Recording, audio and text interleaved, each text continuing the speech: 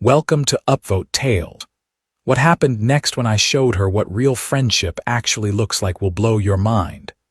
As you listen, think about where you draw the line between being kind and being used. I'm Ethan, 31, and I run a small home renovation business in Charleston. I work with my hands, I show up on time, and I'm usually the guy people call when something breaks. Riley is 28. She calls herself a creative consultant, which mostly means she posts inspirational quotes and talks about building a lifestyle brand. The lifestyle she wanted cost a lot more than what her consulting brought in. And somehow, over time, that became my problem. We lived together for 8 months in a downtown apartment. I paid about 80% of the rent because I made more money. I also co-signed the lease because her credit wasn't great. If you're listening and you've ever co-signed something for someone who calls you supportive, you already know where this is going. One afternoon last month, I came home from a job site tired and covered in dust. Riley had turned our living room into what looked like a staged therapy session. Candles lit. Laptop open with meditation music. She was sitting cross-legged like she was about to deliver a speech. She started talking about inner work and how she'd realized she was living in a spiritually stagnant space and she needed room to explore her authentic self. I honestly thought she was going to tell me she signed up for pottery class. Then she said, "I think we need to take a break." Before I could even process that, she followed it immediately with, "But we'll still be friends, right? You've always looked out for me and I know you want what's best for my growth." That was the first moment I realized she wasn't breaking up with me the normal way. She was trying to change my job description. She wasn't asking for space. She was asking to demote me from boyfriend to unpaid support staff. I asked her calmly how she planned to handle rent and bills if we weren't together. She looked at me like I was being difficult. "Well, we'll work it out," she said. "You know I'm good for it eventually. Besides, you've always been so generous." Then she said it again, softer, like it was supposed to be sweet. "We'll still be friends, right? You've always looked out for me." Here's the thing about that line. It sounds like friendship, but it's not. It's a test. It's someone checking if the benefits stay even if the relationship ends. I stayed calm, I smiled. I said, "Absolutely, Riley. I'm always happy to be a friend." She lit up like I'd just agreed to fund her whole new life. She started talking about how mature we were, how healthy this was, how proud she was of us for evolving. And I went to bed that night with one clear thought. If she wanted real friendship, I was going to give her real friendship. The kind where two adults stand on their own feet and treat each other like equals. That weekend, Riley went to a wellness retreat. I didn't argue. I didn't threaten. I didn't do anything dramatic. I packed my things. I found a small rental house about 20 minutes outside the city, nothing fancy but quiet. Then on Sunday, I handled the practical stuff. I called the utility companies and transferred everything into her name. Internet, power, water. I removed my account from autopay for her car insurance and phone bill. I moved my own services to my new place. Some people call that petty, I call it clean. When you break up, you don't keep the perks like nothing changed. That's not friendship. That's a subscription. Monday morning, I sent her one text. "Hey, just a heads up. I moved out over the weekend. All utilities are transferred to your name now. Hope the creative exploration goes well." The first call came on Tuesday. She said the internet wasn't working and half the lights were out. Her tone was confused, like I had made a mistake. "Ethan, I think there's been some mix-up with the utilities." "No mix-up," I told her. "I transferred everything so you can have complete independence." There was a long pause. "But how am I supposed to afford all of this by myself?" she asked. "I'm sure you'll figure it out," I said. "You're smart. You're capable. I believe in you." That was micro-commentary moment number 1, and I'm saying it plainly. When someone calls themselves independent but panics the moment they have to carry their own bills, they weren't asking for freedom. They were asking for a sponsor. By Thursday, reality started landing. Rent notice came. $1,500. Her car started making that transmission noise again. The internet bill showed up, a bill she had never really looked at because it had always been handled automatically. That night she called crying. "Ethan, I don't know how to handle all of this," she said. "I thought when we said we would stay friends, you would still help me with some things while I get on my feet." That's when it clicked fully. Riley didn't want a breakup. She wanted the breakup benefits package. I told her, friends help each other become stronger. Right now, the most helpful thing I can do is let you prove to yourself how capable you are. Then I asked myself the question a lot of people asked me later. Was I being petty, or was I finally being honest about what she was doing? A week or two later, Riley started posting on social media about toxic masculinity. Men who can't handle emotionally evolved women.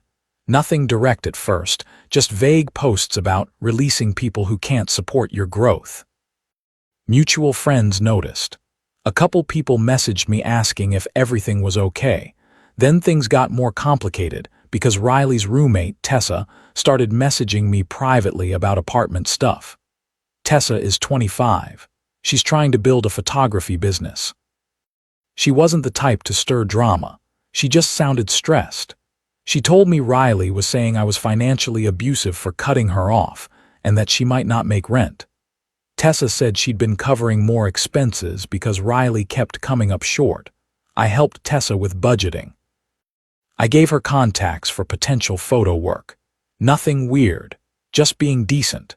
And through those conversations, I learned what Riley had been doing behind the scenes. Tessa told me Riley had been buying expensive business development courses, hundreds at a time. She bought camera equipment on credit. She even hired a brand strategist. All while telling everyone she was working on financial responsibility. Then Tessa casually mentioned something that stopped me cold. Riley had talked about a small business loan she got for her creative consultancy. She said there was a co-signer. That was news to me. Right around the same time, my friend Nate called. Nate does accounting work, including some stuff for my renovation business. He told me Riley had reached out asking for help with complex financial planning related to business debt. During their conversation, she mentioned a business loan with a co-signer. Nate asked her who it was. Riley said, "Ethan." Nate went quiet, then he called me. "Please tell me you remember co-signing a business loan for Riley," he said. My stomach dropped. "What business loan?" I asked. I pulled my credit report, and there it was. A loan in my name for $5,000 opened 4 months earlier. I had never applied, never signed, never received a penny. That moment rewrites your memory. You start replaying the relationship like a security camera. You see the little moments differently. The questions they asked, the help they wanted, the times they needed your information. Micro-commentary moment number 2. If someone treats you like a resource, they don't stop when you say no. They look for ways around you. Riley had access to my information through shared expenses and a joint travel booking. Social security number, employment info, bank details, enough to fake things. I called a lawyer. He told me it was straightforward identity theft and loan fraud. We could report it immediately and start the process of removing my name. He also said I could confront her first, give her a chance to come clean, maybe work out an arrangement privately. The old version of me would have done that. I would have tried to avoid conflict. I would have tried to handle it like adults, which usually meant me paying for the mess. Instead, I told my lawyer to start the fraud investigation quietly. I wanted to see what happened when real consequences showed up, before Riley had time to spin the story. Sometimes you have to let someone meet reality without warning them first. The investigation moved fast. Within 2 weeks, the bank flagged the loan as potentially fraudulent. Riley got an official notice that her credit was being investigated, and then my phone turned into a siren. 17 missed calls, 12 voicemails, 30 text messages. The early voicemails sounded confused. "I got this weird notice about a loan investigation. I think there's a mistake." Then she moved into crying. "Please call me. I don't understand what's happening. I thought we were friends. And then the anger came out. You said we would stay friends. How could you do this to me? I listened. I didn't argue. I didn't explain. I sent one text. Friends don't commit fraud. Micro commentary moment number 3. If someone frames consequences as betrayal, they were counting on you to protect them from the consequences. A few weeks later, the bank wrapped it up. They found clear evidence of fraud. Riley had used an old email account of mine. The digital signature analysis showed it wasn't authentic. My name got removed completely. The bank filed a formal fraud report. Riley was hit with identity theft and loan fraud charges. Her lawyer got her a plea deal. No jail time, but she had to pay back the full amount immediately plus penalties. 18 months probation. Credit destroyed. That should have been the end. It wasn't. Riley went into damage control mode. She started telling people I manipulated the legal system to financially abuse her because I couldn't handle her setting boundaries. She posted an Instagram story about men using money to punish women who leave them. People shared it. Strangers sent me nasty messages based on her version. Then she started a GoFundMe about recovering from financial abuse and legal manipulation. It raised about $800 before someone reported it, and it got taken down. Micro commentary moment number 4. A person who avoids responsibility will always try to replace facts with a story that makes them the victim. Then came the day she crossed into my real life in a way I couldn't ignore. I was working a kitchen renovation in Mount Pleasant, Main Road. My work truck parked out front with my business logo on the side. I was inside demoing cabinets when I heard someone outside yelling my name. I looked out and there was Riley beside my truck, screaming. The homeowners were in their yard, shocked. Neighbors started stepping out to watch. She was yelling about how I ruined her life, destroyed her future, and hid behind lawyers. She said I was a coward. She said I planned it all. I walked outside, kept my voice level. Riley, you need to leave. This is private property. You're disrupting my work. That's when she got right in my face and got louder. I'm disrupting your work. You disrupted my entire life, she shouted. You filed false charges. You lied to the bank. She kept going, talking about revenge plots and how she was going to expose me, and then she said something that summed up her whole mindset. I loved you. I trusted you. And this is how you repay me for choosing to grow beyond our relationship. I looked at her. This woman committed fraud against me, tried to smear me online, started a fake fundraiser, and now she was screaming at a job site like I had done something to her. I said it loud enough for the neighbors and the homeowners to hear. I didn't ruin your life. You just stopped having someone to hide your mistakes behind. She tried to scream more, but the homeowner had already called the police. When Riley heard sirens, she ran to her car and drove off, still yelling out her window that it wasn't over. Someone recorded the whole thing. My truck logo was clear in the video. Her face was clear, her words were clear, and my calm was clear. The video ended up on TikTok, then Twitter, then Facebook. It went viral in Charleston. My phone started ringing nonstop, and here's the part I never expected. It wasn't people attacking me. It was people asking if I was available for work. The captions were things like, "This is how you handle chaos, and imagine how calm he'd be during your renovation." That public meltdown became the best marketing I've ever gotten without me doing a single thing. Within weeks, I was booked for 4 months. Then the waiting list started. Bigger projects lined up for next year. I hired 2 part-time guys to keep up. Micro commentary moment number 5. Sometimes you don't need revenge. You just need to step out of the way and let someone show the world who they are without you buffering the impact. Meanwhile, Tessa told me Riley couldn't afford the apartment anymore. She moved back with her parents in rural North Carolina. Her social media went quiet because people kept commenting, asking if she was the girl from the contractor video. Riley texted me once after the video went viral, "I hope you're happy." I didn't respond, but yes, I was, not because she suffered. because I was finally out of the role she assigned me. 10 months after Riley gave me the authentic self speech, life is steady in the best way. Business is still booming. That video still circulates and keeps my name out there.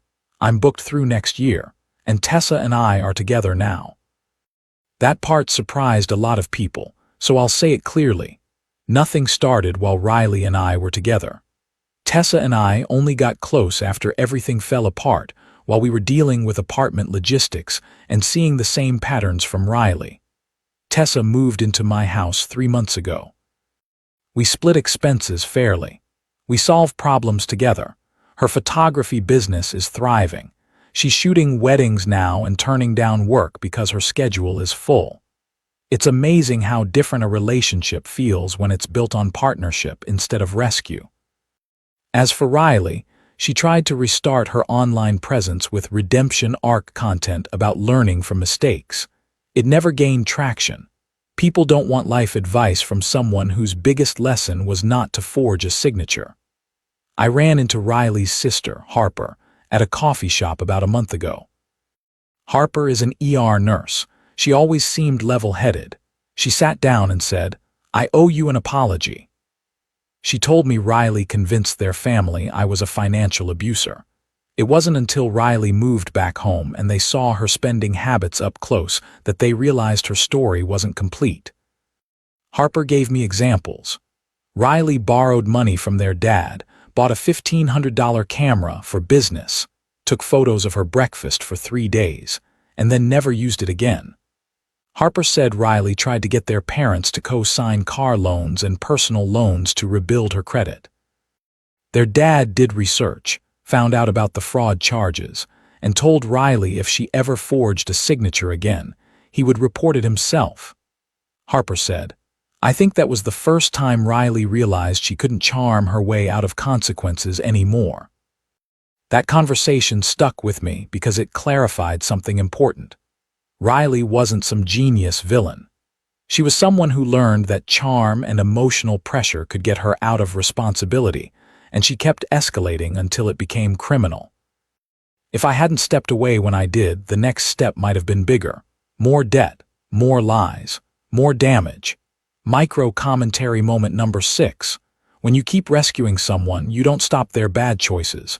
You just hide the bill until it's massive. Looking back, Riley genuinely believed that 2 years of dating meant I owed her support indefinitely, even after she ended the relationship. In her mind, friends meant still pay, still fix, still carry. And once I stopped doing that, she didn't become independent. She became desperate, then angry, then public. I used to think love meant helping someone get their life together. Now I know love also means boundaries, especially when money, housing, and responsibility are involved. I also learned something simple that I wish I had learned sooner. A person who respects you will not ask you to shrink so they can stay comfortable. I'm not telling this story because I think I'm perfect. I'm telling it because I know how easy it is to confuse loyalty with obligation. Here's what I took from it. Lesson 1: if someone wants the benefits of a relationship without the relationship, they don't want friendship. They want access. Lesson 2: breakups should change the practical parts too. Rent, bills, and responsibilities don't run on good vibes. Lesson 3: if someone uses emotional language to avoid accountability, pay attention. Words can be a costume. Lesson 4: when you discover fraud, protect yourself first. Kindness should never require you to absorb someone else's criminal choices. Lesson 5: the calm life you want often starts the moment you stop rescuing someone from consequences. So let me ask you, if your partner broke up with you but expected you to keep paying and fixing everything, what would you do? And if you found out they forged your signature on a loan, would you confront them first, or let the investigation speak for itself?